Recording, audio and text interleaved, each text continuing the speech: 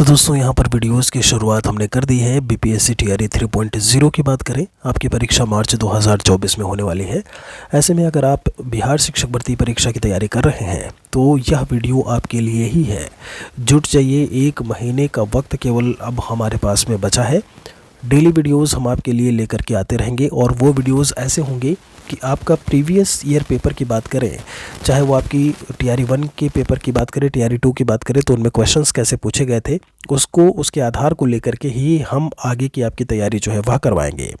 आप सभी का बहुत बहुत स्वागत है महेश अकेडमी यूट्यूब चैनल पर। आप सभी को नमस्कार। यहाँ पर इस समय जो हम आपको बताने जा रहे हैं ये है आपका बीपीएससी टीआरई 1.0 का पेपर, जो आपका 24 अगस्त 2023 को हुआ था। पहले शिफ्ट का 17 नंबर क्वेश्चन से इसके आंसर्स को एक्सप्लेनेशन के साथ में हम समझते चलेंगे और धीरे धीरे ऐसे ही वीडियोस आपको आगे मिलते रहेंगे। कुछ भी अच्छा लगे तो एक बार लाइक और शेयर आप ज़रूर करिएगा। मेरे लिए कोई सुझाव है तो भी आप ज़रूर बताइएगा। 17 नंबर क्वेश्चन की बात करें तो विद्युत विभव को मापने के लिए किस उपकरण का प्रयोग किया जाता है, ये सवाल पूछा था। पोटेंशियोमीटर लिखा हुआ है, गैल्वेनोमीटर दिया है, वोल्टमीटर दिया हुआ है। उपर्युक्त में एक से अधिक या फिर इनमें से कोई नहीं। 5 ऑप्शंस आपके देखने को मिलेंगे, नेगेटिव मार्किंग नहीं है, तो ऑप्शन सी है। देखिए, विद्युत विभव की बात की हुई है, यहाँ पर इलेक्ट्रिक पोटेंशियल की बात की हुई है। किसी इकाई धनावेश को अनंत से किसी बिंदु तक लाने में जितना कार्य करना पड़ता है उसे उस बिंदु का इलेक्ट्रिक पोटेंशियल कहते हैं। ध्यान दीजिएगा, इकाई धनावेश की बात की गई है। इनफाइनाइट से लेकर के किसी एक पॉइंट तक लाने में हम जितना वर्क करते हैं उसे उस बिंदु का क्या बोलते हैं, इलेक्ट्रिक पोटेंशियल बोलते हैं। और इसको मेज़र करने का जो तरीका है वो क्या है, आपका वोल्टमीटर है। 18 नंबर क्वेश्चन में पूछा था चुंबकीय क्षेत्र क्या होता है। आदेश है आपका, सदिश राशि है आपका, ये आयाम रहित बोला हुआ है, मतलब इसमें से कोई नहीं आपका दिया हुआ है। फिर इनमें से बोला है आपका एक से अधिक। कहते हैं जब हम चुंबकीय क्षेत्र की बात करते हैं तो सबसे पहली चीज़ आंसर आपका जो है वो सदिश राशि होगा, सदिश मात्रा होगा। ठीक है, वेक्टर और स्केलर क्वांटिटी आपने पढ़ा होगा। अब जब हम यहाँ से बात करें तो चुंबकीय क्षेत्र किसी चुंबकीय पदार्थ या गतिशील, ध्यान दीजिएगा, चुंबकीय पदार्थ या गतिशील विद्युत आवेश के आसपास का क्षेत्र है जिसके भीतर चुंबकत्व का बल कार्य करता है। ठीक है, इसकी एसआई यूनिट टेस्ला है, तो संभव है कि आपसे इस बार परीक्षा में पूछ ले कि एसआई यूनिट आप इसका बताइए। ठीक है, विद्युत क्षेत्र का, ऐसे में या चुंबकीय क्षेत्र का, तो टेस्ला हो जाएगा। इसको हमने कुछ इस तरीके से भी परिभाषित किया है कि किसी भी बिंदु पर चुंबकीय क्षेत्र दोनों दिशा और परिमाण या शक्ति द्वारा निर्दिष्ट किया जाता है, इसीलिए यह एक सदिश क्षेत्र है। हमने बताया हुआ है उसका रीज़न कि ये सदिश क्षेत्र है तो किस लिए है, ठीक है, क्यों है। आपको यहाँ पर दोनों चीज़ें, अगर दिशा और परिमाण हमें मिल रहे हैं तो वो सदिश में हमारा चला जाएगा। आगे चलते हैं। एक व्यक्ति पृथ्वी पर अधिक भार किस स्थिति में धकेल सकता है, बैठने की स्थिति में, खड़े होने की स्थिति में, जमीन पर लेट जाने की स्थिति में। इनमें से एक से अधिक होगा, मतलब कई सारे होंगे, या फिर इनमें से कोई नहीं। अब ध्यान दीजिएगा, जब हम बात करते हैं प्रेशर को लेकर के, तो प्रेशर यानी दाब बराबर होता है बल बटे क्षेत्रफल, यानी कि F/A। न्यूटन मात्रक होता है बल का, क्षेत्रफल का मात्रक मीटर स्क्वायर होता है, तो न्यूटन प्रति मीटर स्क्वायर जो है वो किसका मात्रक हो जाएगा, दाब का मात्रक। दाब का एक अन्य मात्रक भी होता है जिसे हम पास्कल बोलते हैं। तो ये तो बात हो गई फार्मूले की और बाकी सारी चीज़ों की। अब बात कर लेते हैं, इन्होंने बोला फोर्स पर यूनिट एरिया, मतलब एरिया की अगर हम बात करते हैं तो खड़े होने की स्थिति में उस समय दबाव ज़्यादा होगा बशर्ते कि कोई बैठा हुआ है या लेटा हुआ है। ठीक है, क्योंकि पर यूनिट एरिया पर जो फोर्स होगा वो ज़्यादा एक्सर्ट हो रहा होगा, फोर्स ज़्यादा पड़ रहा होगा, और इस स्थिति में क्या होगा, वहाँ पर हमें देखने को मिलेगा सबसे ज़्यादा प्रेशर। तो खड़े होने की स्थिति में आपका सही जवाब होगा। प्रिज्म से सवाल पूछा हुआ है, प्रिज्म से गुजरने पर सबसे अधिक अपवर्तित होने वाला रंगीन प्रकाश इनमें से कौन सा है। पीला है, बैगनी, नीला दिया हुआ है, इनमें से एक से अधिक या फिर कोई नहीं। बैगनी कलर जो है सबसे ज़्यादा यहाँ पर जब हम अपवर्तन की बात करते हैं, अपने मार्ग से विचलित हो जाना, आप यूँ भी कह सकते हो।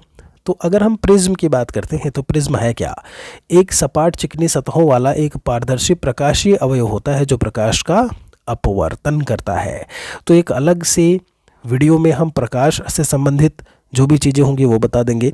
एक अलग से वीडियो में हम आपको बता देंगे कि जब हम बात करते हैं आपके जो बाकी क्वेश्चंस आपके पूछे जाते हैं केमिस्ट्री को लेकर के, पीएच वैल्यू से काफ़ी सारे आपके क्वेश्चंस पूछे जाते हैं, उनको भी लेकर के एक वीडियो में कवर करेंगे। बायोलॉजी से आपका जब आँख की संरचना की बात करते हैं, अलग अलग हार्मोन्स की बात करते हैं, वहाँ से सवाल पूछे गए हैं, उसे भी हम कवर करेंगे। इसके अलावा हार्ड कॉपी नोट्स भी हमारे द्वारा प्रोवाइड कराए जाते हैं। 80817437 34 पर आप व्हाट्सएप करेंगे तो आपको इन्फॉर्मेशन दे दी जाएगी। वीडियो के डिस्क्रिप्शन को चेक करेंगे तो सारी इन्फॉर्मेशन मिल जाएगी। महेश एकेडमी एंड्रॉयड एप्लीकेशन पर सॉफ्ट कॉपी नोट्स भी अवेलेबल हैं। यहाँ पर आगे चलते हैं तो कुछ इसी तरीके से नोट्स आपको मिलेंगे जो हम आपको प्रोवाइड कराएंगे, हार्ड कॉपी सॉफ्ट कॉपी दोनों में, जैसे इस समय आप देख पा रहे हो। फिर आगे कहते हैं कम से कम 2 सपाट सतहों के मध्य एक कोण का होना अनिवार्य है। सतहों के मध्य कोण की सटीकता उनके अनुप्रयोग यानी एप्लीकेशन पर निर्भर करती है कि आखिर उसका हम यूज़ क्या करेंगे। ठीक है। फिर कहते हैं कि मिट्टी के तेल के बर्तन में बर्फ़ का एक टुकड़ा डाला जाता है तो बर्फ़ के पिघलने पर मिट्टी के तेल की सतह क्या होगी? उठेगी, गिरेगी, वैसे ही रहेगी, या फिर इनमें से अधिक, या फिर कोई नहीं। आपने देखा होगा संभवतः आयोग ने आंसर बी माना हुआ है कि वो गिरेगी, लेकिन इनमें कोई भी परिवर्तन हमें देखने को नहीं मिलेगा। ध्यान दीजिएगा, यहाँ पर जरा देखिएगा। कहते हैं कि तैरती हुई वस्तु अपने वजन के बराबर पानी की मात्रा विस्थापित करती है। ये बात हो गई। आपने उत्प्लावन का सिद्धांत पढ़ा होगा, आर्किमिडीज का उत्प्लावन का सिद्धांत, ये वहीं से लिया गया है और यही कारण है कि पानी की सतह पर कोई भी बोट है वह तैर पाती है, कोई नाव है वह तैर पाती है। उसका कारण क्या है? उसका कारण यही है कि अपने वजन के बराबर पानी की मात्रा को वह हटाती रहती है, विस्थापित करती रहती है। ठीक है। आगे ये क्या कहते हैं यहाँ पर देखिएगा, चूँकि पानी जमने पर फैलता है, जमे हुए पानी की इकाई यानी वज़न की आयतन, वज़न का जो आयतन होता है वो तरल पानी की इकाई से अधिक होता है। और जब आप बर्फ़ के टुकड़े की बात करेंगे तो उसका कुछ भाग पानी के ऊपर स्तर से बाहर रहता है। आप देखिएगा कई सारी ग्लेशियर्स वाले मूवी में आपने देखा होगा कि उसका टुकड़ा बाहर रहता है। ठीक है। आगे कहते हैं कि बर्फ़ का आयतन पानी के आयतन से अधिक होता है, इसीलिए पिघलने के बाद टुकड़े का आयतन कम हो जाएगा और पानी का लेवल वही रहेगा। ध्यान रखिएगा, ये बात बहुत इंपॉर्टेंट है, इसीलिए उसमें कोई भी चेंज हमें देखने को ऐसे में नहीं मिलने वाला है। निम्नलिखित में से किसका पीएच जो है वो 7 से अधिक है? पीएच वैल्यू की बात की हुई है तो पीएच स्केल की बात करते हैं 0, 7 और 14। एसिडिक नेचर यहाँ से यहाँ तक, 7 से 14 तक आपका बेसिक नेचर, क्षारीय प्रकृति, ये अम्लीय प्रकृति होती है। ठीक है। और जो 7 होगा वो क्या होता है? न्यूट्रल होता है। क्या होता है? न्यूट्रल, जिसे हम उदासीन बोल देते हैं। यानी पानी का पीएच आपका 7 ही होता है और यही कारण है कि हम पानी को आसानी से पी पाते हैं। अगर एसिडिक या बेसिक नेचर का होता तो हम उसे ग्रहण ना कर पाते। ठीक है। तो पूछे हैं कि 7 से अधिक इनमें से किसका है? गैस्ट्रिक जूस, रक्त प्लाज्मा है, सिरका दिया हुआ है। यहाँ पर जो रक्त प्लाज्मा की यानी ब्लड प्लाज्मा की बात की जा रही है, उसका जो पीएच वैल्यू है वो आपको 7 से अधिक देखने को मिलेगा। यहाँ पर ज़रा गौर करिएगा, हमने पीएच स्केल बताया हुआ है और पीएच स्केल में एसिडिक नेचर कहाँ से कहाँ तक है वो दिखाया हुआ है। न्यूट्रल की बात की हुई है 7 पर, और जब अल्कलाइन की बात करते हैं जो क्षारीय या बेसिक नेचर वाला, वो आपका 7 से 14 तक दिया हुआ है। ठीक है। तो ये हो गया आपका पूरा का पूरा पीएच स्केल, जो कि मैंने इसी में आपको दिखा दिया। आगे चलते हैं एक और क्वेश्चन की तरफ। एक सामान्य नेत्र लेंस की नाभिक दूरी होती है कितनी होती है?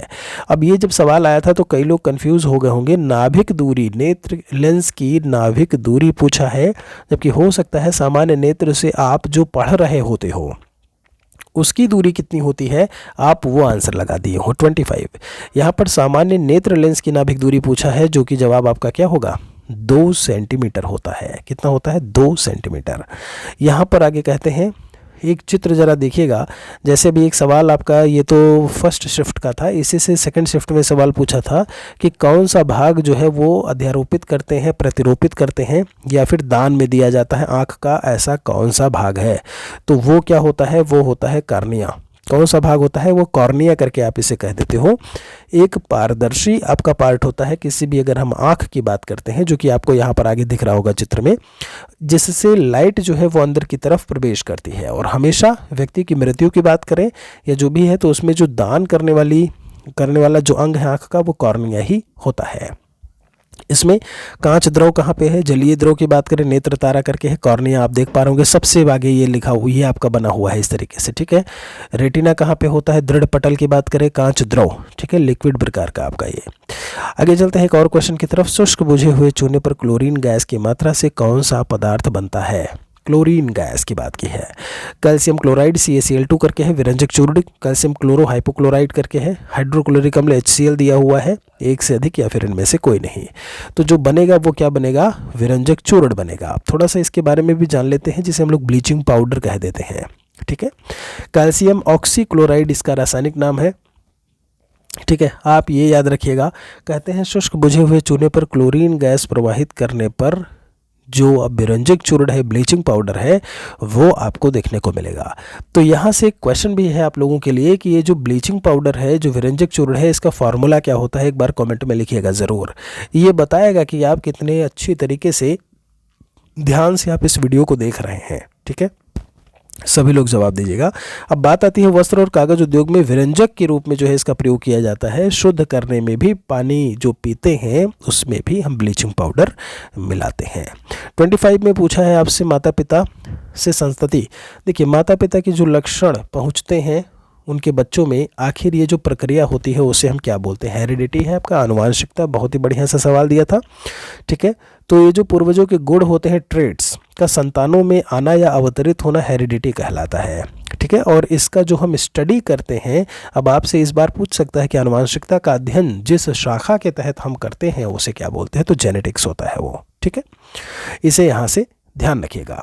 कुछ चीज़ें एक चित्र के माध्यम से मैंने यहाँ पर बताई हुई हैं। जैसे माता या फीमेल की बात करें तो उसका XX होता है। ठीक है, 46 गुणसूत्रों की संख्या की बात की जाए, और पिता में क्या होता है? XY होता है। तो कब किससे क्या मिलेगा तो क्या पैदा होगा? ठीक है, ये बताया हुआ है। ये X है, ये X है। ठीक है, ये X है, ये X है। अगर माता का X पिता के X से मिलता है तो कन्या का जन्म होगा। ठीक है, ये बताया हुआ है। पुत्र का कब होगा? जब माता का X होगा और पिता का Y होगा, तो फिर किसका जन्म होगा? पुत्र का होगा। ठीक है, गुणसूत्रों की बात की हुई है, ये चीज़ याद रखिएगा। थोड़ा सा हम और आगे चलते हैं एक और क्वेश्चन की तरफ। 26 में कहते हैं ओम के नियम के सत्यापन के लिए ध्यान रखने वाली बात इनमें से कौन सी? अमीटर और वोल्ट मीटर को हम सीरीज में जोड़ते हैं, वोल्ट मीटर को हम पैरेलली जोड़ते हैं, अमीटर वोल्ट मीटर को समांतर क्रम और वोल्ट मीटर को श्रेणी क्रम में जोड़ा जाता है। आखिर क्या होता है? तो अगर हम बात करते हैं ओम के नियम की, तो ओम का नियम क्या होता है हम वो भी देखेंगे। फिलहाल के लिए आपका जो सही जवाब है कि अमीटर को हम श्रेणी क्रम में जोड़ते हैं, जबकि वोल्ट मीटर को हम समांतर क्रम में जोड़ते हैं। ठीक है, थोड़ा बात करते हैं इसके बारे में। ओम का नियम क्या होता है? यदि किसी चालक की भौतिक अवस्था जैसे लंबाई है, ताप है आदि में परिवर्तन ना हो तो उसमें प्रवाहित होने वाली विद्युत धारा उसके सिरों पर लगे विभवांतर के अनुक्रमानुपाती होती है। यानी V विभवांतर की बात की गई है, उसमें धारा, विद्युत धारा I के डायरेक्टली प्रोपोर्शनल होती है। यानी V is directly proportional to I। तो V बराबर क्या हो जाता है? IR। R एक कांस्टेंट बोल लो या आप एक प्रतिरोध बोल लो, तो इसका जो फार्मूला हो जाएगा वो V बराबर RI या V बराबर IR होता है, जिसमें V क्या है? पोटेंशियल डिफरेंस, विभवांतर है, I विद्युत धारा है, और R क्या है? रेजिस्टेंस यानी प्रतिरोध है। ठीक है, तो आपने ओम का नियम भी देखा यहाँ पे, और किस तरीके से उसको जोड़ते हैं तारों को वो भी आपने देखा। लोहे के बुरादे में डाइल्यूट HCl डालने से क्या होता है? तनु हाइड्रोक्लोरिक अम्ल की बात की है। हाइड्रोजन गैस और आयरन क्लोराइड का उत्पादन बोला हुआ है, तो यहाँ पर तनु हाइड्रोक्लोरिक अम्ल को डालने की बात की हुई है, हाइड्रोजन गैस और आयरन क्लोराइड FeCl2। अब यहाँ पर बताया हुआ है कि जो HCl होता है एक अकार्बनिक अम्ल है। वस्तुतः हाइड्रोजन क्लोराइड गैस के जलीय विलयन को ही क्या बोल देते हैं? जो हाइड्रोजन क्लोराइड का गैस का जो जलीय विलयन होता है उसे ही हम जो है हाइड्रोक्लोरिक अम्ल बोल देते हैं। ठीक है, तो ये चीज़ भी यहाँ से थोड़ा ध्यान रखिएगा। आगे चलते हैं। यहाँ पर बाढ़ को रोकने के लिए सबसे उत्तम विधि क्या है? तो बाढ़ को रोकने के लिए आप क्या करोगे? हम फॉरेस्टेशन करेंगे। डिफॉरेस्टेशन यानी वनोन्मूलन, वन का उन्मूलन करना। ठीक है, वन का आरोपण करना यानी पेड़ पौधे लगाना। और चराई भी क्या है? इससे नुकसान होता है। तो लिखा हुआ है किसी विस्तृत भूमि पर मनुष्य द्वारा जो कृत्रिम रूप से वृक्षों का समूह लगाने की जो प्रक्रिया होती है उसे हम फॉरेस्टेशन या वनोन्मूलन कहते हैं। माफ़ी चाहेंगे, वनारोपण कहते हैं। थोड़ा सा यहाँ गड़बड़ हो गया। वन का आरोपण यानी पेड़ पौधों को लगाना, और उन्मूलन, वन का उन्मूलन यानी एक उसका अपोजिट। ठीक है, चलिए आगे चलते हैं। खाने के डिब्बों पर जिंक के बजाय टिन की परत क्यों चढ़ी होती है? तो इसका बहुत सिंपल सा आपका एक रीज़न है कि जो जिंक है वो अधिक प्रतिक्रियाशील होता है। ये बहुत ही रिएक्टिव होता है, जल्दी रिएक्ट करने लगता है। किसकी तुलना में? टिन की तुलना में। टिन का पहचान सिंबल SN होता है। जिंक की बात करें तो इसका ZN होता है। ठीक है, आगे चलते हैं। यहाँ पर अंडाशय का कौन सा कार्य, अंडाशय द्वारा कौन सा कार्य किया जाता है? तो जब हम डिंब के निर्माण की बात करें, प्रोजेस्टेरॉन का उत्सर्जन, एस्ट्रोजन का उत्सर्जन की बात की गई है डिंब के निर्माण को लेकर के। अब यहाँ पर अंडाशय के कार्य की बात कर लेते हैं। क्या है इसमें? महिला के विकास और प्रजनन विकास में एस्ट्रोजन हार्मोन जो है वो मदद करता है। कौन सा हार्मोन है? एस्ट्रोजन है। गर्भधारण की क्षमता को बढ़ाने में प्रोजेस्टेरॉन हार्मोन जो है वो मदद करता है। आगे है, निषेचित अंडे के लिए स्तर को मोटा करता है। माहवारी का नियंत्रण करने की बात करें, ठीक है, अंग के मदद बनाने वाले जो भी हार्मोन्स एस्ट्रोजन और प्रोजेस्टेरॉन को नियंत्रित करने में मदद करते हैं। तो इसमें जो है एक से अधिक आपका आंसर जो है वो देखने को मिलेगा। इमली में पूछा है अम्ल कौन सा होता है? आपसे यहाँ पर मेथेनोइक है, टार्टरिक, लैक्टिक अम्ल पूछा हुआ है, इनमें से एक से अधिक या फिर कोई नहीं। तो टार्टरिक अम्ल आपका देखने को मिलेगा। सफ़ेद क्रिस्टलीय प्रकार का होता है, कार्बनिक अम्ल होता है, और ये प्राकृतिक रूप से, नेचुरल रूप से कहाँ पे? अंगूर है, केला है, इमली में भी हमें देखने को अंगूर, केला, इमली, क्या? टार्टरिक अम्ल, ठीक है। कोलिफॉर्म क्या होता है? कोलिफॉर्म करके आपका दिया हुआ है। तो कोलिफॉर्म एक जीवाणु का वर्ग है जो जल प्रदूषण के कारण कहाँ पाया जाता है? मानव की आंत में पाया जाता है कोलिफॉर्म, ठीक है। और यही आपके ऑप्शन में क्या दिया हुआ है कि प्राणियों के पाचन नाल में उपस्थित एक बैक्टीरिया ही क्या कहलाता है?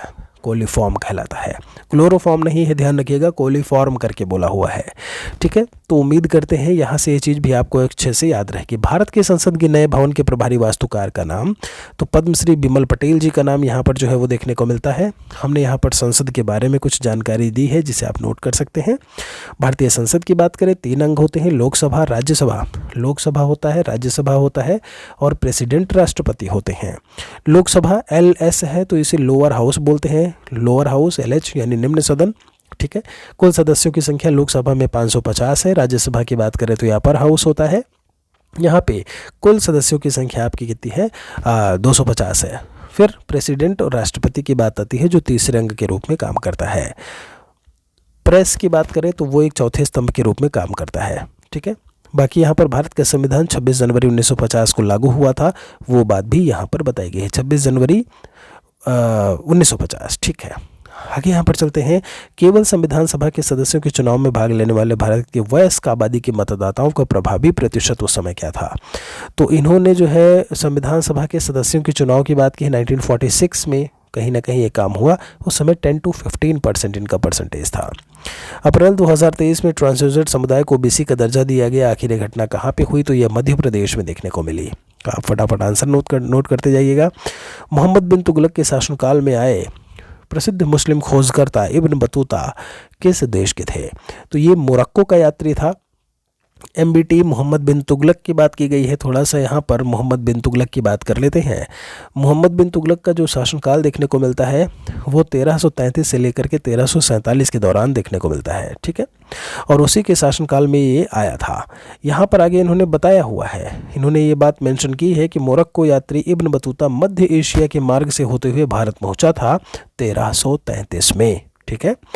मोहम्मद बिन तुगलक उसकी विद्वता से प्रभावित हुए और उन्होंने इब्न बतूता को दिल्ली का काजी या न्यायाधीश नियुक्त किया। तो ये चीज़ भी बहुत इंपॉर्टेंट है, ध्यान रखिएगा। यहाँ पर हमने एक चित्र जो है इब्न बतूता का दिखाने की कोशिश की है, जो उनका एक फ़ोटो है, ठीक है। 1333 में ये सिंध पहुँचे थे, ध्यान रखिएगा। आगे चलते हैं एक और क्वेश्चन की तरफ। भारत का पहला केबल स्टे रेल पुल जो है वो कहाँ बनाया गया? तो वो जम्मू कश्मीर में बनाया गया। केबल स्टे रेल पुल कुछ इस तरीके से रेल पुल आपको दिखाई देगा, और यहाँ पर ठीक है, चलिए आंसर केबल स्टे का जम्मू कश्मीर हो गया।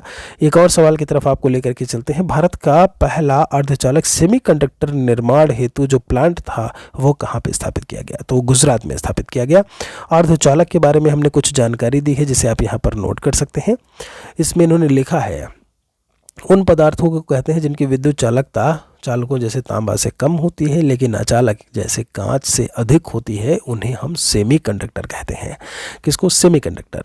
इनका जो रेजिस्टेंस है वो ये भी बताया हुआ है कि 105 से 108 ओम मीटर के बीच में इनका रेजिस्टेंस होता है। Silicon, germanium, cadmium sulphide, gallium arsenide, ये सभी सेमीकंडक्टर के एग्जांपल्स हैं।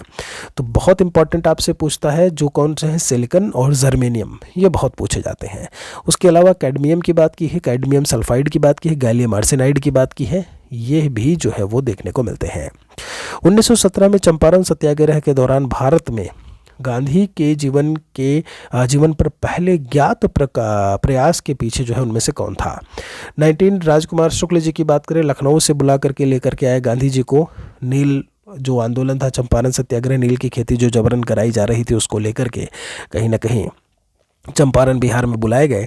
और इनके पीछे जो नाम देखने को मिलता है वो लॉर्ड इरविन का देखने को मिलता है। किसका है? लॉर्ड इरविन का है। तो चंपारण सत्याग्रह, देखिए इसमें लिखा हुआ है कि नेतृत्व में भारत में यहाँ पर पहला सत्याग्रह था।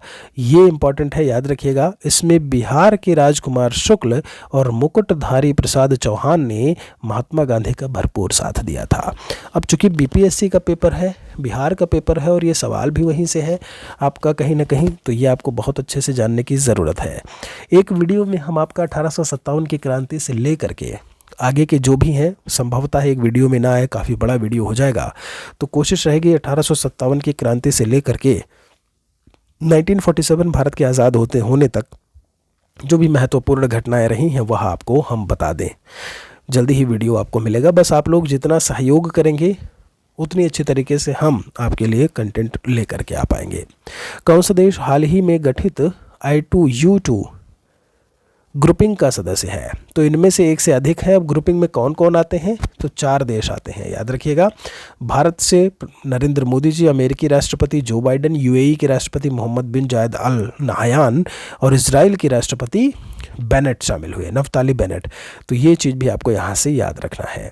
तो फिलहाल के लिए भी इस वीडियो पर हम यहीं पर रुकेंगे। इसका जो अगला पार्ट होगा वो कल आपको मिलेगा देखने को। वीडियो कैसा लगा एक बार ज़रूर बताइएगा। जो एक्सप्लेनेशन हमने बताया उसके बारे में बताइएगा। नोट्स के लिए आप वीडियो के डिस्क्रिप्शन को एक बार ज़रूर चेक करें। मिलेंगे जल्दी ही। पढ़ाई करते रहिए। बहुत बहुत शुक्रिया आप सभी का।